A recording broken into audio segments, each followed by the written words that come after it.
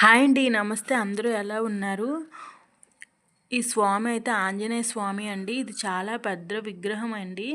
ఇదైతే శ్రీకాకుళం జిల్లాలో వంశధార నది ఒడ్డున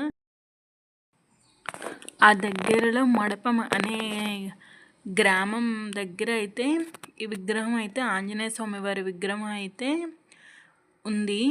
ఇదైతే దగ్గర 180 అంత ఎత్తు అయితే ఉంటుందంట. చాలా అంటే చాలా ఎత్తైన విగ్రహం ఇది. ఇది ఎప్పుడు 2009లో ఎప్పుడు అంటే ఈ విగ్రహాన్ని అంటే ప్రతిష్ఠించారంట. ఈ విగ్రహం అయితే చూస్తుంటే అబ్బా అసలు చాలా అంటే చాలా ఆనందంగా అనిపించింది. ఆ విగ్రహాన్ని చూస్తూ అలా కొద్దిసేపు అయిపోతే ఉండిపోవాలి అనిపించింది. అంత ఎత్తైన విగ్రహం ఇది. చాలా అందంగా అయితే ఉంది. మనకి శ్రీకాకుళం జిల్లాలో ఈ విగ్రహం ఇంత ఎత్తైన విగ్రహం ఉంది అంటే చాలా గ్రేట్ కదా. శ్రీకాకుళం జిల్లాలో ఇలాంటి ఒక విగ్రహం ఉందనేసి చెప్పుకోవడానికైతే చాలా గర్వంగా అయితే నాకైతే అనిపిస్తుంది. మరి మీలో ఎంతమంది అండి శ్రీకాకుళం జిల్లా వాళ్ళు చెప్పండి. మీకు ఎంతమందికి అయితే ఈ విగ్రహం అనేది తెలుసు కామెంట్ చేయండి. అలాగే మేమైతే నరసన్నపేట వెళ్తున్నప్పుడు అటువైపు జర్నీ ఆ చుట్టుపక్కల ఉన్న లొకేషన్ అయితే చాలా అంటే చాలా అందంగా ఉంది. పొలాలు, అక్కడ చిన్న చిన్న ఇల్లులు, అంటే పెద్ద పెద్ద ఇల్లులండి. మనం కొంచెం పైనుంచి వెళ్తున్నాం కాబట్టి కిందకున్నవన్నీ చిన్న చిన్న ఇల్లుల్లా కనిపిస్తున్నాయి. ఆ వెదర్ అనేది చాలా బాగుంది.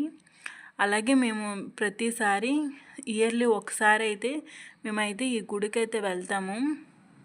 ఇక్కడ నరసన్నపేట దగ్గర ఈ తల్లి అయితే మాకు చాలా అంటే చాలా ఫేవరెట్.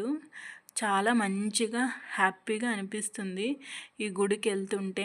ఇంకా తల్లిని చూస్తూ ఉంటే ఇంకా లోపల తల్లి ఉన్నారులేండి. నేను ఇక్కడ బయట వరకే తీశాను. లోపల తల్లికి ఎందుకు వీడియో తీయలేదంటే ఇచ్చట ఫోన్లో వీడియోలు ఫోటోలు తీయరాదనేసి ఒక టేబుల్ అయితే నేమ్ బోర్డు అయితే పెట్టారు. అందుకోసం అయితే తీయలేదు, ఎందుకు రిస్క్ చేయడం అనేసి. ఇంకా ఇక్కడైతే ఇక్కడికి వచ్చేసరికి అయితే బయట అయితే ఈ తల్లి దగ్గర అయితే కొబ్బరికాయన్ని కొట్టేసి లోపల తల్లి దగ్గరికి వెళ్ళాము. ఆ రోజు మంగళవారం కాబట్టి ఆంజనేయ స్వామి దగ్గర కూడా మంచిగా పూజ చేశారు. ఇక్కడ కూడా బాగా దర్శించుకున్నాము. చాలా అంటే చాలా హ్యాపీగా అనిపించింది.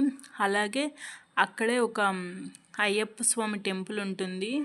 మేమైతే ఇక్కడికి వచ్చినప్పుడల్లా ఈ అయ్యప్ప స్వామి టెంపుల్కి అయితే తప్పకుండా వెళ్తాము. ఈ అయ్యప్ప స్వామి టెంపుల్ అయితే ఖాళీగా ఉంటుంది. ఎప్పుడు మేము వెళ్ళినా చాలా ప్రశాంతంగా మంచిగా పూజ అయితే చేసుకుంటాము. మనస్ఫూర్తిగా అనిపిస్తుంది. పక్కనే ఉంటుంది ఈ టెంపుల్ కూడా. అలాగే ఆ రోజు మంగళవారం అవ్వడం వల్ల సుబ్రహ్మణ్యం స్వామికి పూజ చేశారు. చాలా అందంగా సుబ్రహ్మణ్యం స్వామిని అయితే అలంకరించారు. చాలా అంటే చాలా బాగా నచ్చింది. నేనైతే ఎప్పుడో పిల్లవకు ముందే అయితే ఇలాంటి పూజలు చేశాను. మళ్ళీ ఇప్పుడు ఇంత అలంకరణతో చూసేసరికి నాకైతే చాలా ఆనందంగా అనిపించింది. సుబ్రహ్మణ్యం స్వామిని చూస్తూ కొంతసేపు అలా ఉండిపోయాను. ఎందుకంటే ఆ అలంకరణ చాలా అంటే చాలా అందంగా అనిపించింది. మంగళవారం వల్ల బాగా అయితే చేశారు. అంతే ఫ్రెండ్స్, మా వీడియో కానీ మీకు నచ్చితే లైక్ చేయండి, షేర్ చేయండి, సబ్స్క్రైబ్ చేసుకోండి. Bye bye.